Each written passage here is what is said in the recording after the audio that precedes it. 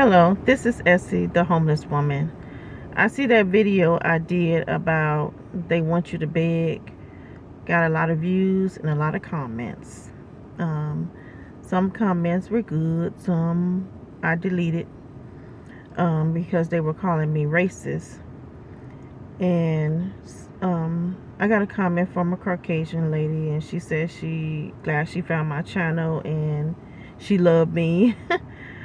And so I wanted to make this video because there might be some misunderstanding about how I feel about Caucasian people.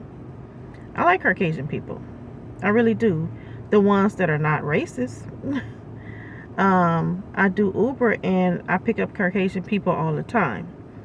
And sometimes we have good conversations, with some of them.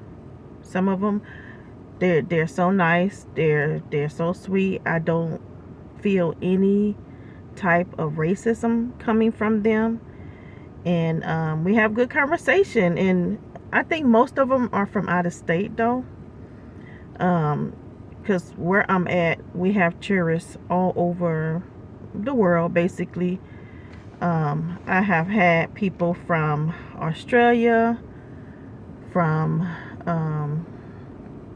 the European countries, basically all over. I don't know if I have had anybody from South America yet. Not that I know of. But yeah, and so we have good conversation now. There's also times where I pick up Caucasian people and I can tell they're racist. You just know the energy, you can feel the energy, and they get in, they don't speak. And sometimes they be with other Caucasian people that speak and are polite, to me. But they get in my vehicle and they don't speak and they stare, and it's like really silent. When I pick up a group of them that might be all racist, it's really silent, and they do a lot of staring and like you're not even human. So yeah, I get that. I also like sometimes a ride come to me and I accept it and it's automatically declined. I mean, automatically canceled. And then it comes to me again. I accept it, cancel right away. It come to me again, and I'm like, I think this person may be racist. And if I do it like 2 or 3 times, every time cancel. And so I'm like, okay, the person needs a ride, so why are they canceling? It doesn't take a rocket scientist to figure out. It's because I'm a so-called black woman. But I do appreciate that more. Like, if you don't like so-called black people, then yeah, I appreciate you not getting in my vehicle and then being disrespectful to me or staring at me like I'm not human. So I actually appreciate that. The ones I really don't like is the ones that get in my vehicle and then don't even want to acknowledge me. Don't even want, I speak to them, don't say nothing. So usually when I get a group of people and there's one or two that I know is that way, like everybody else to speak, I just let it go. But if I pick up one Caucasian woman, because I had this happen and I spoke to her and she didn't say nothing, I turned around and I said hi and she spoke. So I'm like, how dare you get into my vehicle? Yeah, I'm doing Uber and you pay for a ride, but it's my vehicle. And if you're that racist, you don't have to get in my vehicle at all. You could have canceled me and waited on another driver that you prefer, a race that you prefer, So I have to deal with this every day, whether I'm doing Uber or not. The first sign of racism that I got that I can remember it didn't come from a Caucasian person. It came from an Asian person. When I was a kid, that was my first experience with racism from an Asian person. Did it make me like be suspicious of all Asian people? No. I actually like Asian people. But that was my first sign of it, and I think I was around 10. So imagine from that age, 10 years old, to I'll be 50 next month, and having to deal with racism. It gets tiresome. That's 40 years of dealing with racism. I remember I was a public bus driver, and this particular day, it was Martin Luther King's birthday. And the county that I was driving in did not recognize Martin Luther King's birthday. The bus company, I wouldn't say the county, and maybe the county didn't, because it is a majority Caucasian county. So, but the bus company that I worked for did not recognize Martin Luther King's birthday as a holiday. So they treated it just like a regular day. So if there's a holiday that my bus company that I used to work for recognized, then it would have a Sunday schedule. So if it was Wednesday, it would have a Sunday schedule. So they're recognizing that particular day as a holiday, and we would get extra pay. But Martin Luther King's birthday was not recognized as a holiday, so we got the regular work schedule and we got regular pay. So one day I stopped at a bus stop because somebody wanted to get off. It was a Caucasian man. He came to me and he was asking about the schedule, and he said, "Is today like a regular day?" He said, I said, "Yeah, it's just like a regular day, you know."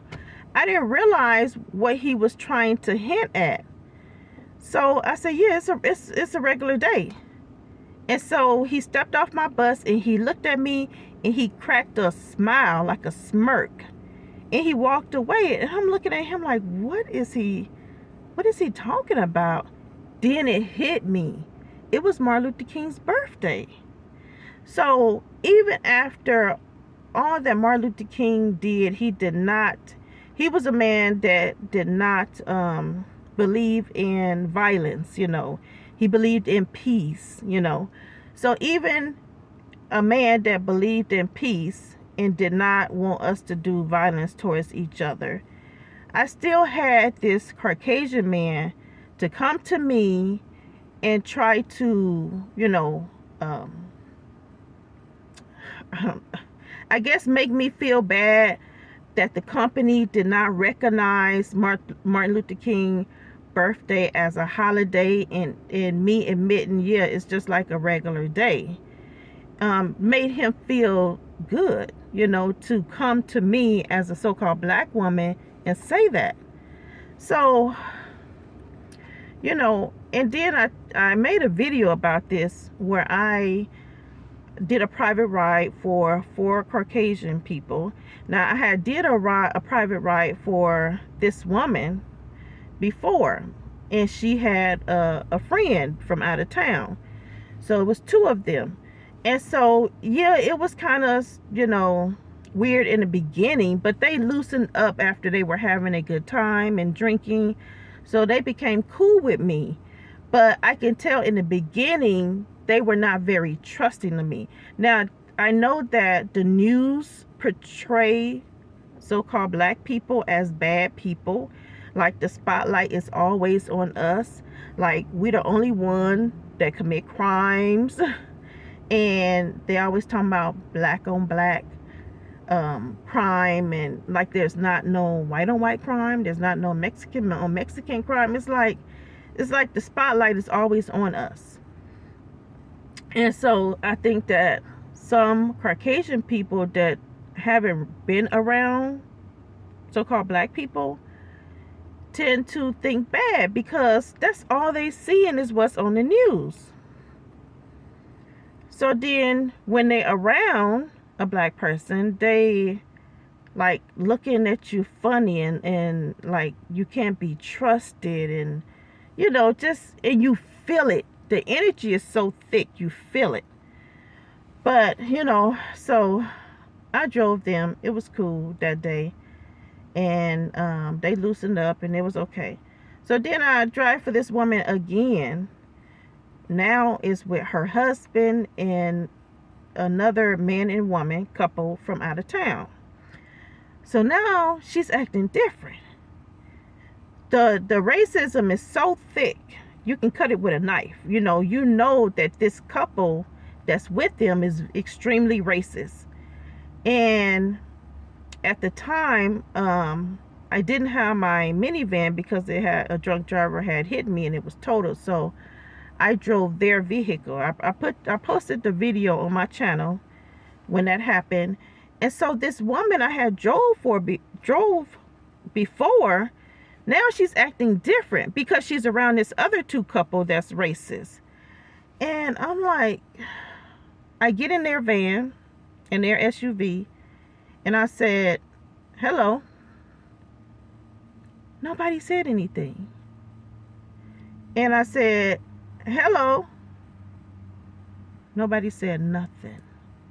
I was like, her husband had already spoke to me because he opened the trunk for me so I could put my stuff in the trunk. So he had already spoke to me outside of the vehicle. So the only three that didn't speak was those two, the two women and the husband. And so I was like who you're treating me like I'm beneath you because I spoke to you and you didn't speak. I spoke twice and you didn't speak. So now you're treating me like I'm beneath you. And the woman, and I looked in the rearview mirror because I'm like, is this the same woman I drove for in the past? Like, why is she acting like this? Why is she not speaking? And so I was doubting if it was her, But when I got to the first location that they wanted to get off at, I realized this is the woman. Because she says something to me and she says, Essie. And I'm like, oh, okay. I said, this is the woman. Why is she acting different? So I told a Caucasian lady that I know what happened. She works in a gas station. I was telling her about it. And she said, I wouldn't have drove for them. And my mother said the same thing. I wouldn't have drove for them. And I was like, well, it was kind of awkward because I had already put my stuff in the back of the trunk. And, so I was like, just having to deal with racism all the time is so tiresome. If you're not a black person, you cannot understand. I don't know if there is any way that you can understand what we go through. And then when we call it out, then we get called racist. When we call out the racism, we get called racist. So it's like on this channel, I'm talking about the things that I go through in life. And that is a big part of what I go through. But I love the Caucasian people that are not racist, that shows no racism, that can talk to you. We can laugh and have a good time. It's like a breath of fresh air. But no, I don't like the racist ones. I don't like them at all. And so if I want to talk about it, I'm going to talk about it on this channel because that's a part of my life as a black woman. That's what I deal with. And that's what a lot of black people deal with.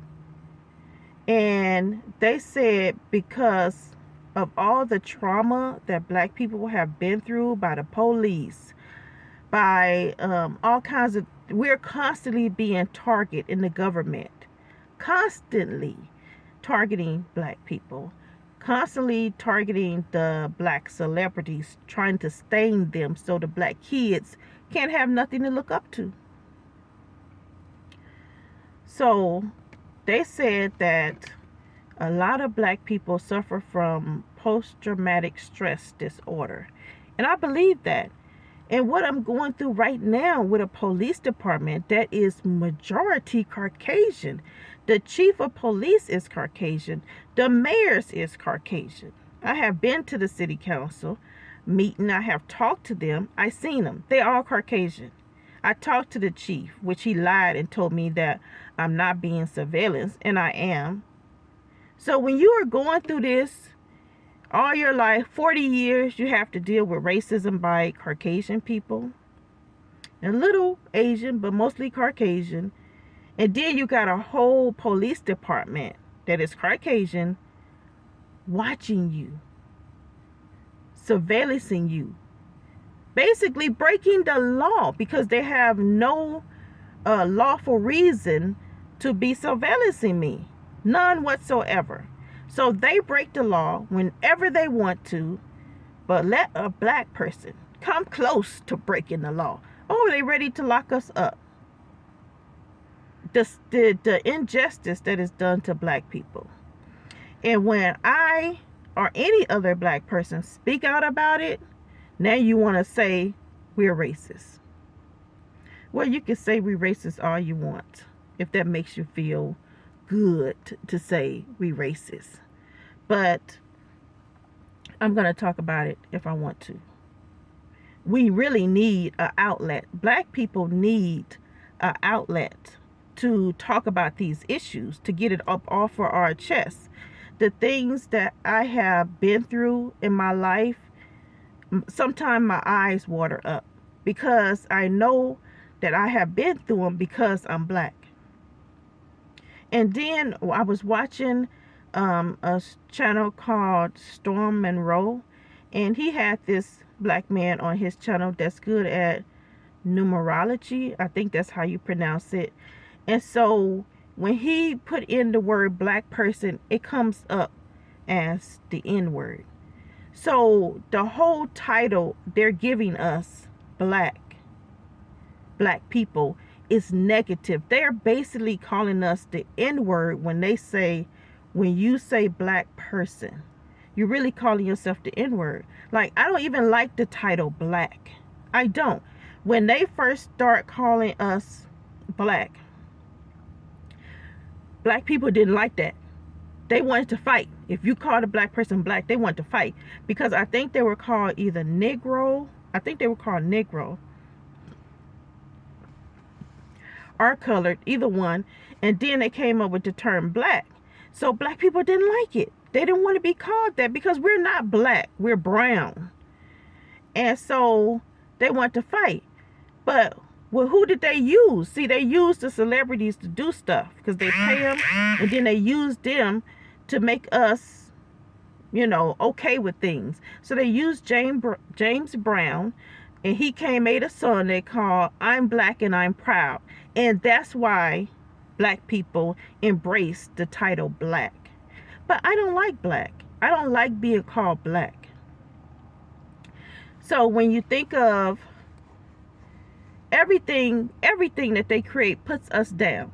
Being called black, and then Caucasian people being called white. I mean, it doesn't take a brain scientist to realize that being called white is better than being called black. What in heaven, what is supposed to be white is purity. What is in black is the opposite of white. So it's negative to be called that. So I don't like calling myself black. And some Caucasian people, they will put so much emphasis on it, like black. They will say it like black. And I'm like, why do you have to say it like that? It's such negative. And so I don't like being called black. And I don't like calling Caucasian people white. So I call them Caucasian. And I know that some Caucasian people don't like being called Caucasian. They want to be called white. Yeah, I see why you want to be called white.